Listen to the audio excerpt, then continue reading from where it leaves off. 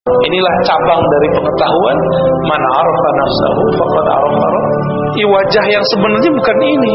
Wajah itu ada di qalbu. Qalbu itulah yang menghadap kepada Allah Subhanahu wa ta'ala. Ada sebenarnya qalbu yang di atas 3 qalbu ini. Qalbul awliya, qalbunya para wali. Apa ciri-ciri qalbu para wali? Salamatu sudurihim, sadrnya, dadanya, hatinya selamat daripada penyakit-penyakit qalbu. Enggak hanya itu, dia selamat daripada suudzon. Tidak hanya itu, selamat dari syak. Ini qalbu para wali, dan di dalamnya berisi tentang berlian-berlian ma'rifat. Asyhadu an la ilaha illallah wa asyhadu anna Muhammadan abduhu wa rasuluh. Allahumma salli wa sallim wa barik ala sayyidil wujud, sayyidil qaunaini, sayyidina Ahmad, sayyidina Muhammad wa ala alihi wal mahdi khalifatihi wa sallim. Bapak Ibu yang dimuliakan Allah, yang diberkahi Allah, Nabi Shallallahu Alaihi Wasallam selalu mengabsen sahabatnya, sehingga satu kali Sayyidina Ali tidak muncul di saat subuh. Maka beliau bertanya, Aina Ali? Di mana Ali? Maka para sahabat mengatakan, matanya sedang sakit wahai Rasulullah. Maka Nabi SAW pun datang ke rumahnya. Karena itu benar mata beliau lagi sakit. Maka disembur oleh Rasulullah SAW dengan air ludahnya. Namun air ludah Rasulullah beda dengan air ludah kita. Air ludah kita makan jengkol, makan pete, rasanya berubah, baunya pun berbeda. Baginda Nabi Muhammad SAW menganggap bahwa orang yang dapat berkah hidupnya, orang yang memulai bangun subuh, yang mulai dengan berjamaah di masjid, itu keberkahan yang berlipat.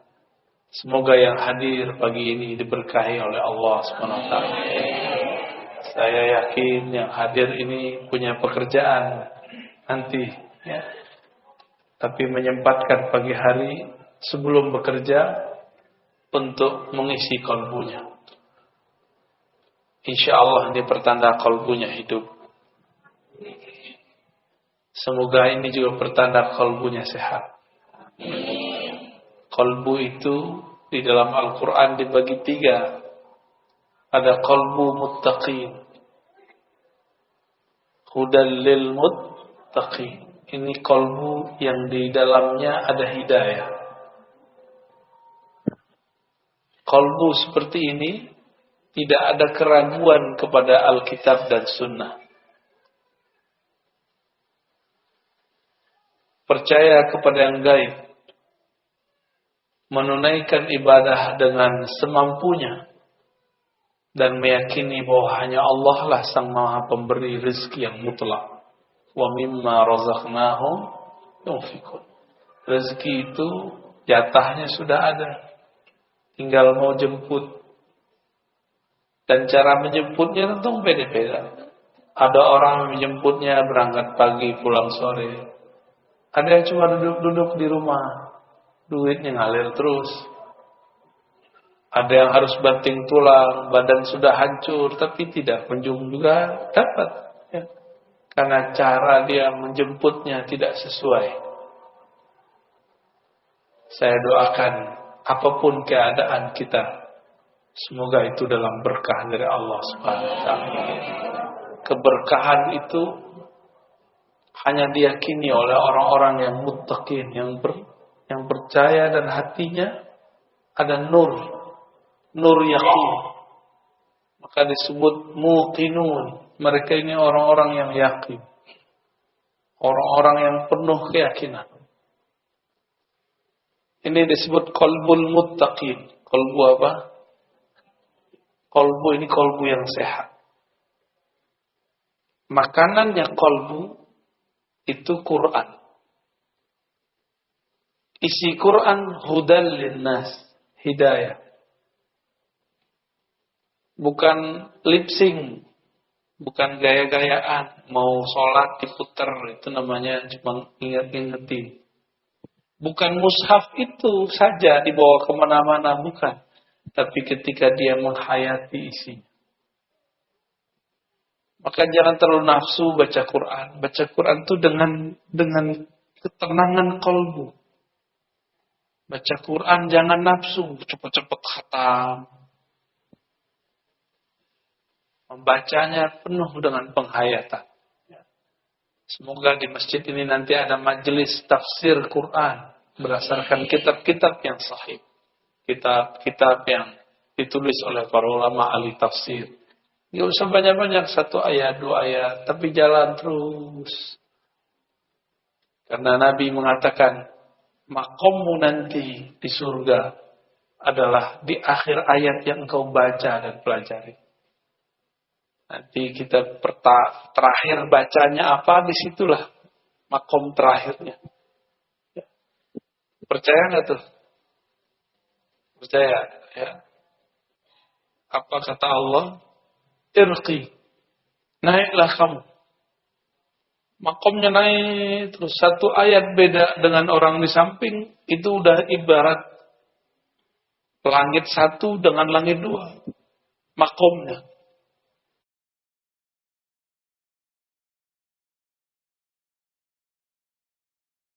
Qalbul muttaqi. Ada yang kedua, qalbul kafirin. Qalbu orang-orang yang kafir. Qalbu orang yang kafir ini sawa'un alaihim a'andartahum am lam tunzirhum la yu'minun. Qalbu dia keras. Mau diingatkan tidak diingatkan sama. Buat majelis, gak buat majelis bagi dia itu masalah. Azan keras-keras bagi dia masalah.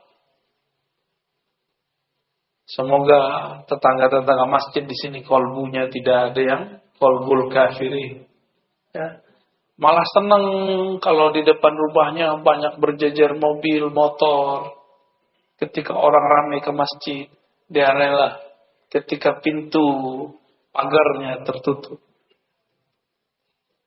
Itu orang kolbunya pertama, bukan kolbu yang kedua.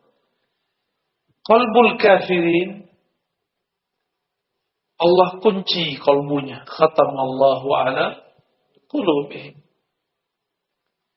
Walaupun kita sodorkan ayat kepadanya, kita sodorkan hadis kepadanya, tapi dalam pendengaran mereka, penglihatan mereka, di kolbunya ada ghisyawah, tutupan.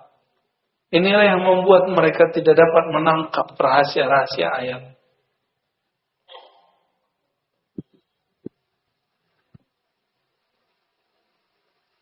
Namun ada kolbu yang lebih gawat lagi, namanya kolbul munafiqin.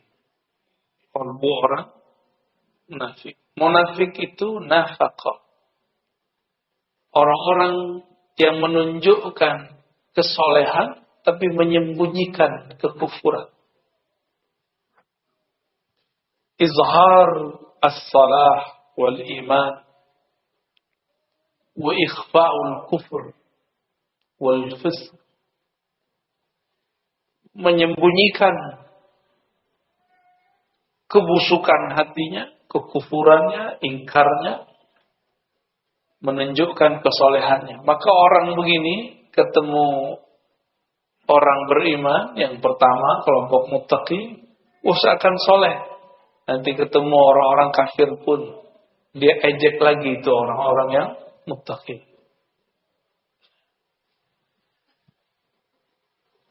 Namun karena mereka ini menyembunyikan kekufuran, sangat sulit untuk mendeteknya. Mendeteksi ini orang ini siapa sebenarnya. Disebutkan di dalam Al-Quran bahwa mereka ini mengatakan beriman kepada Allah dan hari akhir, tapi sebenarnya mereka tidak percaya. Seperti lain di mulut, lain di hati. Ini ciri pertama, qalbu munafik. Dan dalam diri kita ada itu semua. Ketika kita takbir, lisan membaca Allahu Akbar, qalbu tidak membesarkan Allah. Ini sudah mulai kena itu. Kepala sujud, tapi hati tidak sujud. Kita semua ya, benar. Baca subhana rabbil azim wa bihamdi, tapi tidak mentakzim Allah. Baca subhana rabbil a'la wa bihamdi, tapi tidak meninggikan Allah subhanahu wa ta'ala. Allah enggak perlu disuci-sucikan. Persepsi kita tentang Allah yang perlu disucikan. Ya. Mereka ini yukhadi'un. Mereka ini mencoba menipu Allah dan orang-orang beriman. Dikira kalau berpenampilan yang saleh, berkalam-kalam yang Arabik ya, ke Arab-Araban, berpenampilan seperti ahli sholat, bisa menipu orang beriman, bisa menipu Allah Subhanahu wa ta'ala. Ini orang sibuk dengan penampilan, gak sibuk dengan yang di dalam batinnya. Inilah nasib orang-orang munafik. Disebut qalbul munafiqin. Qalbu munafik itu dikatakan dalam Al-Quran, fi qulubihim marad. Di qalbu mereka ada penyakit-penyakit. Ayat ini menunjukkan bahwa penyakit itu tidak hanya yang zahir. Penyakit kepala. Kalau Bapak Ibu ini penyakit kantong. Ya. Ngomong sama dia duit aja isi otaknya. Apa kabar? Wah, dompet kurang. Omongannya duit. Kapan ngomongin Allah? Ada lagi ngomonginnya kawin. Kapan membicarakan Allah Subhanahu wa ta'ala? Maka disebutkan dalam ayat lain, wala yazkurunallaha illa qalila. Munafik itu qalbunya tidak ingat, tidak sebut Allah kecuali sedikit. Penampilan soleh, tapi kalau ngomong ke politik, kebencian sih. Enggak ingat Allah Subhanahu wa ta'ala. Mereka lah yang merusak dulu, merusak di zaman Rasulullah sallallahu alaihi wasallam. Mereka tidak punya tempat di sisi Rasul sallallahu alaihi wasallam. Maka mereka membuat masjid baru, tandingan masjid Nabi, masjid Dirar, masjid yang ingin merusak barisan umat Islam. Masjid tandingan. Tapi ketika mereka makar, Allah pun bermakar.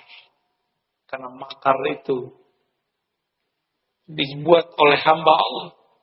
Si hamba tunduk kepada Allah Subhanahu wa ta'ala. Ketika mereka makar, apa yang terjadi? Allah pun menyusun skenario sendiri. Tiba-tiba Rasulullah mengirim Ibnu Malik untuk nyamar jadi orang munafik. Satu kali Nabi Sallallahu Alaihi Wasallam diundang oleh beberapa sahabat untuk makan di rumahnya. Ketika giliran sampai di seorang sahabat, Nabi diminta sholat di rumahnya. Ternyata ini rumah baru diresmikan. Itulah dalil kalau kita baru naik rumah, diundang ulama, guru ngaji, sholat di situ. Sholat sunnah kan atau sholat apapun. Itu bukan bid'ah ya. Nggak tahu, tanya aja dalilnya. Jangan bilang bid'ah mulu. Ya. Apa istilah orang sini? Kalau rumah baru kita huni itu apa? Naik rumah ya. Benar. Samalah dengan istilah kampung saya. Makanlah Nabi Shallallahu Alaihi Wasallam di sana. Selesai makan, ngobrol. Tahu-tahu Nabi nanya, Aina fulan, Aina ibn Malik, mana si Malik? Berkatalah sahabat Nabi yang lain, wahai Rasulullah, itu si Malik munafik. Dia masuk wajahnya wajah munafik. Masa dia hadir di masjid di ruang kira-kira begitu? Apa kata baginda Nabi Sallallahu Alaihi Wasallam? Pada pelit selawat ya, dari tadi saya ngetes itu cuma ada yang selawat. Selawat dong Pak. Ya. Antum nanti panggil-panggil Nabi cuekin karena nggak pernah selawat di dunia. Sebut nama Nabi lewat aja, bengong aja. Udah sadar belum? Masih dalam tidur ya? Masih tidur? Wudhu lagi. Nabi Sallallahu Alaihi Wasallam ketika beliau bertanya, di mana Malik ibnu Malik? Jawaban para sahabat radhiyallahu taala anhum, dia munafik wahai Rasulullah. Lalu Nabi Sallallahu Alaihi Wasallam mengatakan, jangan kamu katakan dia munafik. Kenapa? Li'annahu, karena dia berkata la ilaha illallah Muhammadur Rasulullah. Dari kolbunya dia baca. Jadi Nabi ini melarang orang kalau sudah syahadat terus kita tuduh, itu dilarang. Cuma karena beda masjid, apalagi beda partai, apalagi nanti beda coblosan, itu nggak ada urusan antara munafik dan tidak munafik. Di partai manapun ada orang munafik, ada orang mukmin, ada mukhlis, ada yang bermuka 3, bermuka 2, ada yang muka 1, ada lengkap semua. Bisa jadi orang yang dituduh itu bukanlah seperti yang dituduhkan kepadanya. Nabi Shallallahu Alaihi Wasallam membersihkan nama sahabat ini. Ternyata itu orang adalah orangnya Nabi, disisipkan kepada orang munafikin. Jadi tenang aja. Katanya corona ini buatan-buatannya mereka ya. Biarin, tenang aja. Emang Allah tidur? La ta'khudhuhu sinatu wala naum. Allah tidak pernah tidur. Ngantuk.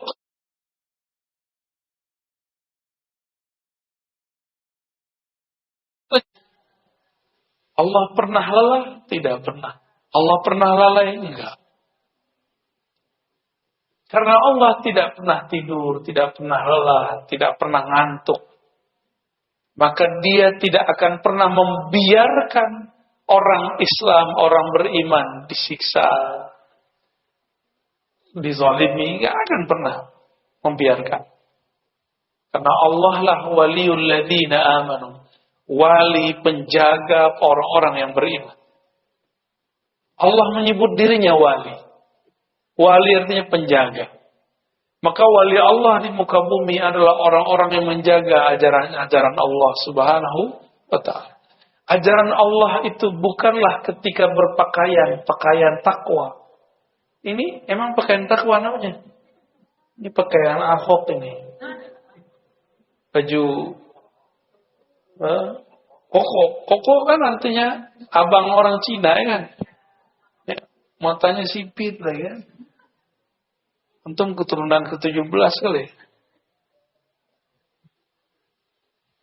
Kita aja yang kegeeran. Ini baju takwa. Nabi mengatakan at-taqwa hahuna. Takwa itu di dalam dada. Hahuna. Maka jangan lagi pernah menilai orang takwa lewat baju. Ya. Ini majelis subuh yang diberkahi Allah. Jangan nilai orang takwa lewat penampilan. Kalau ibu-ibu tuh model jilbab. Apa urusannya model jilbab? Yang penting tutup aurat. Ya. Tutup aurat, tidak transparan, tidak ketat. Udah, muslimah, islami. Kalau bapak-bapak ini apa baju takwanya? Koko lagi? Ya salah. Nabi SAW, percaya atau tidak? Nabi itu suka pakai baju impor. Mumpung orang Batam dekat sama Singapura, ngimpor gitu. Enggak begitu. Nabi ngimpor baju, pakai baju mustawradat yang didatangkan dari luar, karena Nabi SAW di zamannya orang tidak produksi di Mekah, Madinah. Semuanya dibeli dari luar. Ya. Marhaban. Iya, fadal. Ta'al. Syifa'ul qulub. Allahumma shalli wa sallim. Allahumma shalli. Fadal. Aqalbu munafiqin, inilah yang perlu kita kenal. Ada enggak karakter itu dalam diri? Sehingga ketika kita mengenal karakter itu, kita dapat mengenal cara kembali kepada Allah Subhanahu wa ta'ala. Inilah cabang dari pengetahuan. Man arafa nafsahu faqad arafa rabb.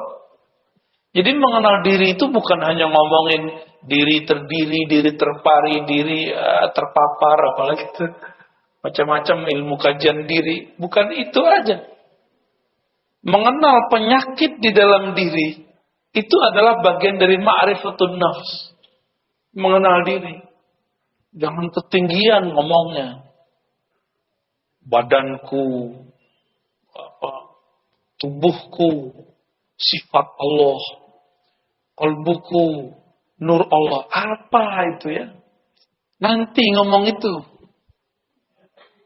Emang dengan berkata begitu kita usul kepada Allah kan enggak?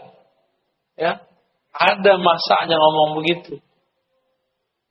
Tapi enggak benar juga. Tubuh ini bukanlah sifat Allah, fi'il Allah. Tubuh ini adalah tajalli fi'il Allah, bukan fi'il Allah. Itu beda tuh. Apa arti tajalli? Allah menunjukkan perbuatannya lewat tubuh kita. Maka orang yang mengenal struktur dalam dirinya, dia akan mengenal bagaimana cara Allah berbuat ke dalam dirinya. Bukan berarti dia jadi Allah kalau habis kenal diri. Ya. Kalau kenal qalbu, kenal nur Rasulullah Sallallahu Alaihi Wasallam. Belum tentu juga. Ini qalbunya qalbu yang mana? Maka pembukaan kajian kita dimulai dari pembagian qalbu. Qalbu apa yang pertama tadi?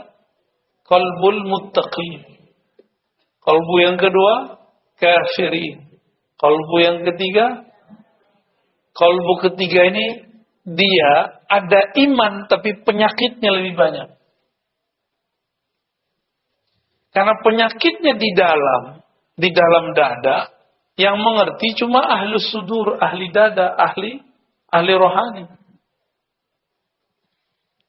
Tidak semua guru ngaji, guru ustadz itu ahli qalbu.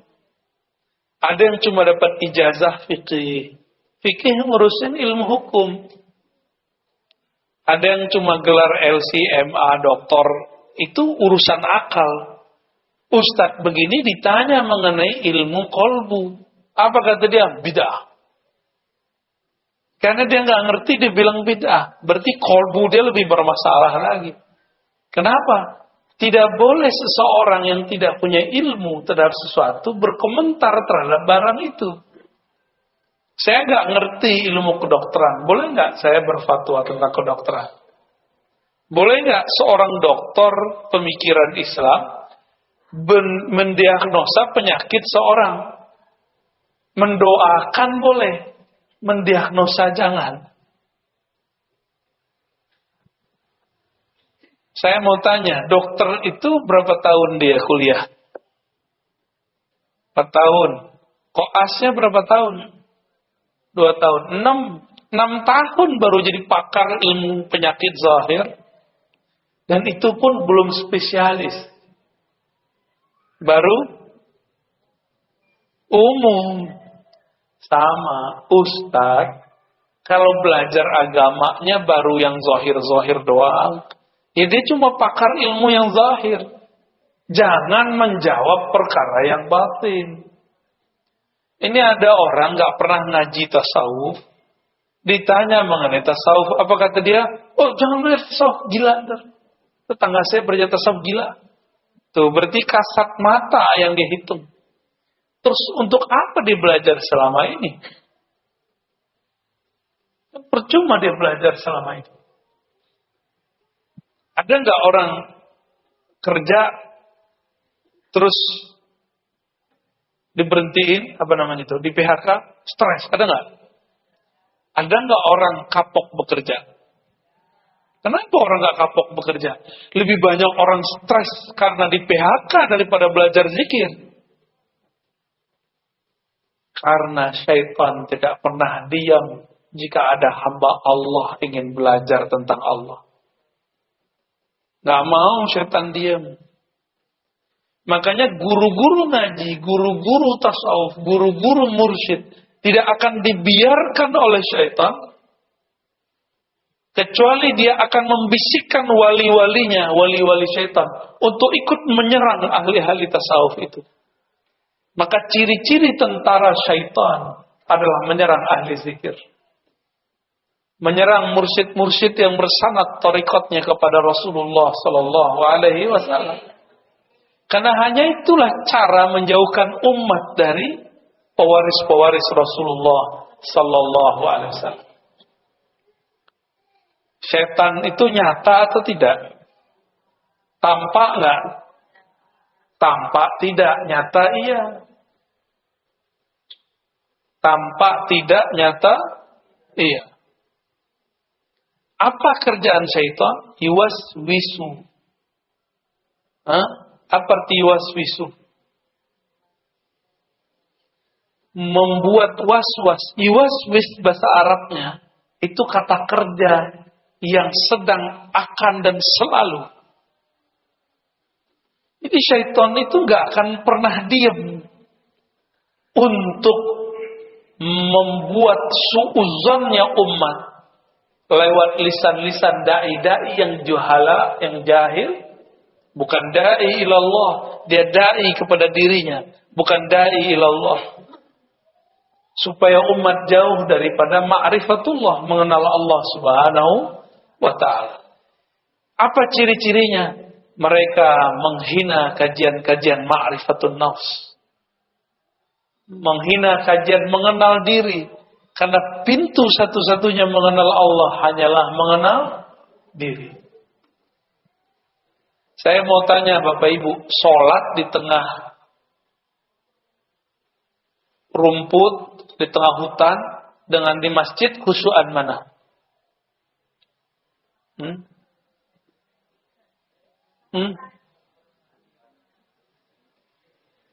Sholat, ada gemercik air, tambah khusyuk nggak? Iya apa enggak? Iya. Ya udah guyur aja ke rumahnya tiap hari. Kawan kita pengen sholat khusyuk. Maka kata gurunya, sholatlah di tengah bunyi alam. Maka dia carilah batu di tengah sungai. Biar gemercik air. Tahu-tahu ada ular.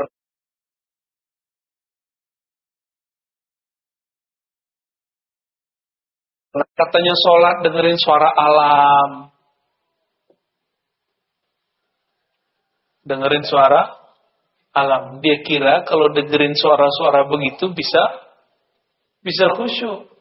Berarti khusyuk dia di telinga. Kalau mendengarkan suara gemercik air bikin khusyuk. Terus orang, mohon maaf, orang tuli bisa khusyuk gak? Mikir kalau berfatwa ya. Nggak tahu jalan khusyuk, tanya kepada orang yang khusyuk. Khusyuk itu mata tertunduk ke tempat sujud.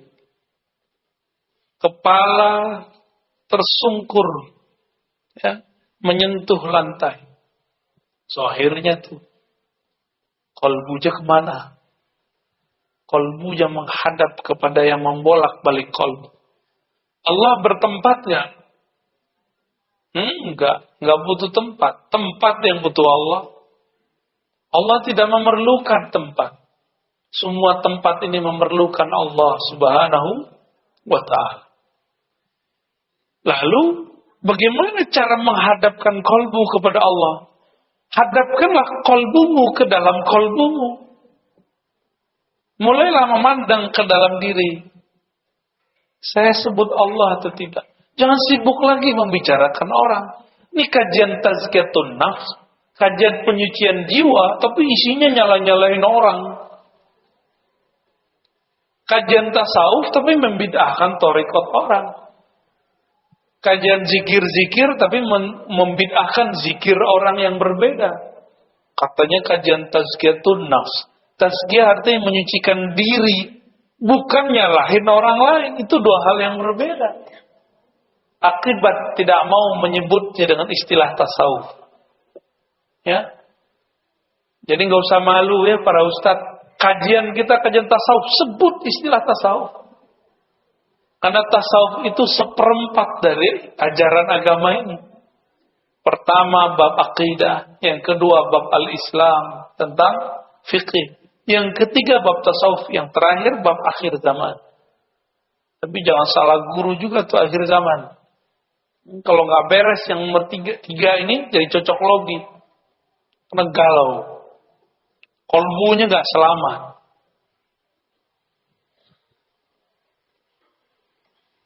Udah berapa kolbu kita? 3. Orang kolbu munafik ini wajahnya terlalu banyak. Terlalu banyak. Datang ke orang beriman, dia ngaku beriman. Datang ke kelompok A, seakan-akan dia kelompok A. Nanti ketemu yang gak percaya kepada Allah, dia ejek-ejekin tuh orang beriman, kawan-kawannya. Saya itu kalau ke masjid itu gak enak sama tetangga. Nanti kalau dilihat sama tetangganya, kok kamu duduk sama orang itu? Ya, jaga persahabatan. Selalu bermanis-manis mulut. Orang-orang munafik itu diajak buat baik. Apa kata dia? Kami lebih baik. Innama nahnu muslihun. Kami udah duluan daripada ente. Ya. Diajak beriman, dia bilang, orang beriman itu orang bodoh. Nih, mukanya banyak. Mukanya terlalu banyak. Bapak Ibu yang melakukan Allah, jangan banyak-banyak muka. Muka kita cukup satu menghadap kepada Allah Subhanahu wa taala. Wajjahtu wajhiya lilladzi fataras samawati wal ardh. Aku hadapkan wajah. Wajah itu adalah sesuatu yang menghadap. Maka disebut ini wajah. Padahal ini bukan wajah sebenarnya. Wajah yang sebenarnya bukan ini. Wajah itu ada di kolbu. Kolbu itulah yang menghadap kepada Allah Subhanahu wa ta'ala. Ada sebenarnya kolbu yang di atas 3 kolbu ini. Kolbul aulia. Kolbunya para wali. Apa ciri-ciri kolbu para wali? Salamatu sudurihim. Sadrnya, dadanya, hatinya selamat daripada penyakit-penyakit kolbu. Enggak hanya itu. Dia selamat daripada su'udzan. Tidak hanya itu. Selamat dari syak. Ini kolbu para wali. Dan di dalamnya berisi tentang berlian-berlian ma'rifatullah. Mengenal Allah Subhanahu wa ta'ala. Maka para aulia itu di kolbunya ada kitab. Baca ayat. Ada ustadz baca ayat. Wali baca ayat, hasilnya beda. Karena di kolbu dia ada kitab yang Allah turunkan ke dalam kolbunya, itu disebut ilmu laduni. Kolbunya wali Allah ini la khaufun alaihim wala hum yahzanun. Mereka tidak gelisah. Enggak ada sedih yang berkepanjangan. Kenapa? Qulubuhum ma'muratun bi dzikrillah. Kolbu mereka makmur menyebut nama Allah. Ramai di kolbunya sebutan asma, nama-nama Allah Subhanahu wa ta'ala. Masih ingat waktu kecil dulu takut ada pohon besar, lampu nggak ada. Ini Batam ini kan baru banyak lampunya kan beberapa tahun belakangan ini. Dulu kan belum ya. Yang paham maksud saya, kalau kita lewat di satu tempat yang gelap, kita kata orang ngucap gitu ya. Ngucap apa? Guru saya diajarin sama dokter. Ngucap Pak. Dia nggak tahu itu ulama. Maka dia kerjain tuh dokter. Ngucap. Lagi diperiksa sama dokter, dia sakit, tapi nggak kelihatan nama alatnya. Saya sakit dokter. Ngucap Pak. Udah tua nggak mau ngucap. Maka dia bilang ngucap. Itu ulama. Dokter ini nggak tahu yang dia pegang ini seorang mursyid, guru ahli zikir, guru saya Abu Hasan Basri namanya.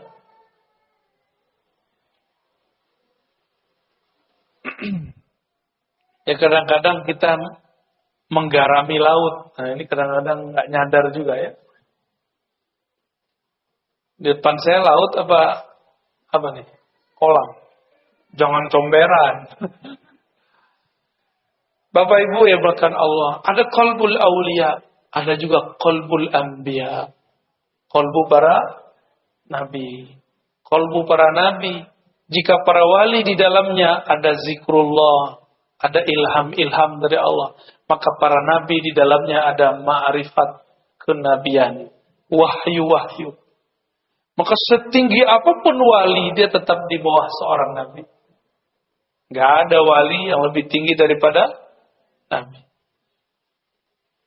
Para nabi itu pun masih ada lagi kolbu Nabi Muhammad. Itulah yang paling tinggi. Jadi berapa macam kolbu? Ya, paling bawah kafir, munafik, muttaqin, aulia, anbiya, Nabi Muhammad sallallahu alaihi wasallam. Semakin jauh dari kolbu Nabi, semakin kufur, semakin berpenyakit. Karena Nabi secara fisik sudah wafat, tapi ruhnya tidak pernah wafat. Maka hadirkanlah ia dalam kolbu kita. Hadirkan ia dalam salawat. Maka beruntunglah yang menghidupkan majelis-majelis salawat. Beruntunglah yang menghidupkan majelis-majelis zikrullah. Kolbunya ma'mur. Ciri-ciri orang munafik sedikit zikir, banyak nyalahin orang. Ciri-ciri kolbul muttaqin adalah kolbu yang sibuk menyebut namanya, jarang menyalahkan orang lain. Maka ada kajian munafikin. Hati-hati. Dia pakai branding nama Rasul, hati-hati. Sunnah Rasul, hati-hati. Tugasnya mereka cuma nyalahin orang beriman, mecah belah umat. Nah, jangan sampai ini kemudian kita salah ambil. Semoga ke depan umat tambah dewasa, tambah mengerti mana yang disebut nutrisi kolbu, mana yang akan merusak kolbu, ya, mana yang akan menyembuhkan kolbu, syifa, mana yang menjadi halak, ya, menghancurkan kolbunya. Allahumma amin ya rabbal alamin. Gimana Pak? Udah.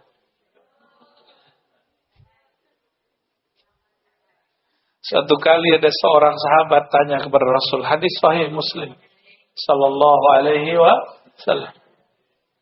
Wahai Rasulullah, aku senang dipuji. Apakah itu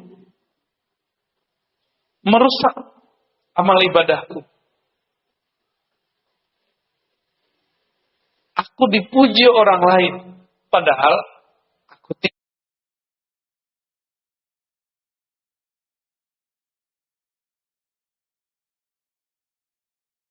tidak senang. Tuh berarti senang dipuji. Ya. Jangankan antum, itu kiai samping saya aja begitu kok. Itu normal, sisi manusiawi. Sisi kalau enggak manusia. Tapi kita enggak niat mau dipuji, ininya bedanya, ya. Bedanya apa? Posting biar ada yang like. Itu bahaya tuh. Posting aja, share aja. Tapi jangan niat mau dipuji. Dua hal yang beda. Apa kata Nabi Muhammad sallallahu alaihi wasallam? Itu adalah keridhaan yang Allah dahulukan. Yang Allah kabarkan lebih awal. Jadi kalau kita dipuji orang, kalau kita anggap ini Allah yang memuji, digerakkan lewat mulut orang itu, ini disebut dengan apa? Barusan sudah saya sebut. Kabar gembira yang sudah didahulukan. Jadi kita ini diterima di sisinya, maka Allah gerakkan makhluk-makhluk ini memujinya. Ternyata ada namanya ma'rifatul hub. Ma'rifat cinta. Allah itu adalah maha mencinta. Maka dia menyebut dirinya yuhib. Innallaha yuhibbul muttaqin. Innallaha yuhibbu innallaha ma'as sabirin. Innallaha, gimana lagi ayatnya? Yuhibbul mutatahhirin. Tawabin.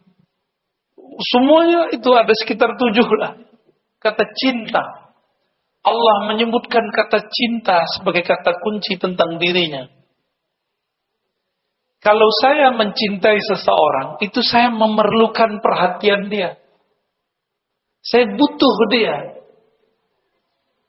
Tapi kalau Allah cinta seseorang, itu Allah sedang memberikan anugerah kepadanya. Allah tidak butuh dia. Allah tidak memerlukan dia. Ini beda cinta kita dan cinta Allah Subhanahu wa taala.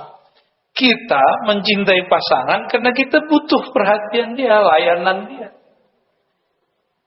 Tapi Allah cinta hambanya, tidak memerlukan mereka. Allah Subhanahu wa taala mengabarkan kepada Nabi Muhammad sallallahu alaihi wasallam, jika Allah mencintai seseorang, idza ahabballahu 'abdan, maka Allah memberitahu kabar kepada Sayyidina Jibril, ya Jibril, inni uhibbu fulanan, wahai Jibril, aku cinta kepada si fulan, fa ahibbahu, maka cintailah ia. Maka Sayyidina Jibril sejak saat itu mencintai orang itu tanpa pernah berhenti. Karena sekali Allah mencintai makhluk, selama-lamanya dia mencintainya.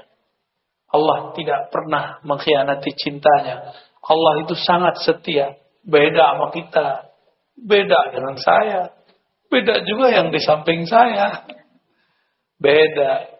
Dulu pernah jatuh cinta seseorang terus hambar. Pernah nggak? Ya, itu kita. Ada orang menikah mewah, meriah, tapi umurnya cuma seumur jagung. 3 bulan cerai. Karena yang dia butuhkan tidak ada di situ. Yang dia perlukan tidak ketemu di situ. Suatu kali ada orang nelpon Buya Hamka. Dulu. Dalam bukunya dicerita, dalam videonya pun, dalam suara rekamannya dicerita. Perempuan itu menelpon beliau. Masih keturunan ningrat. Ingin menjadi istri Buya Hamka. Buya Hamka bilang, saya sudah tua. Saya tidak bisa menafkahi batinmu. Apa kata dia? Saya tidak perlu, wahai Tuhan. Saya hanya ingin membersamai Buya. Wah, gawat itu. Tapi begitulah cinta. Dia hanya ingin khidmah kepada yang dicintainya. Nah, bunuh dulu handphonenya ya. Matikan. Itu bahasa halusnya. Matiin itu bahasa kasar itu. Sama kasar dengan bunuh. Tuh matiin. Mengganggu orang lain kalau saya nggak terganggu. Baik, ya. Jadi Allah buat pengumuman. Wahai Jibril, aku mencintai fulan. Fa'ahibbahu. Maka Jibril turun ke langit ketujuh. Mengatakan, ya ahlas sama. Wahai penduduk langit. Innallaha yuhibbu fulanan. Allah cinta kepada seorang fulan ini. Fa'ahibbuhu. Maka cintailah mereka. Malaikat butuh cinta gak? Enggak, malaikat itu makhluk yang enggak butuh cinta juga. Dia enggak ada syahwat. Dia enggak perlu perhatian. Malaikat itu makhluk yang statis, kaku. Disiplin. Itu malaikat. Mirip-mirip kayak robot, tapi robot Allah. Jadi kalau saya menyebut, biar antum paham, malaikat itu makhluk kayak apa? Kayak robot. Sesuai dengan apa program dia begitu aja. Begitu aja. Gak bisa dirubah-rubah. Maka semua malaikat dari langit ke-7, langit ke-6, sampai ke langit pertama, mengatakan, Inni uhibbu fulanan. Aku cinta kepada fulan, karena Allah cinta kepadanya. Inilah yang disebut viral di langit. Ya, terkenal di langit, enggak sembarangan itu. Terkenal di langit, belum tentu terkenal di bumi. Namanya harum di langit. Kenapa? Karena dia sebut-sebut nama Allah. Tapi biasanya kalau sudah viral di langit, dia adalah orang yang memviralkan Allah di bumi. Orang-orang yang memperjuangkan agama Allah di bumi, Allah viralkan dia di langit. Nama-nama dia disebut. Inilah yang dikatakan dalam surat Ghafir. Bahwa para malaikat memintakan ampun. Yastaghfiruna lillazina amanu. Mereka memohonkan ampun untuk orang-orang yang beriman di bumi. Semoga nama yang hadir pagi ini termasuk disebut di sana. Amin ya Rabbal alamin.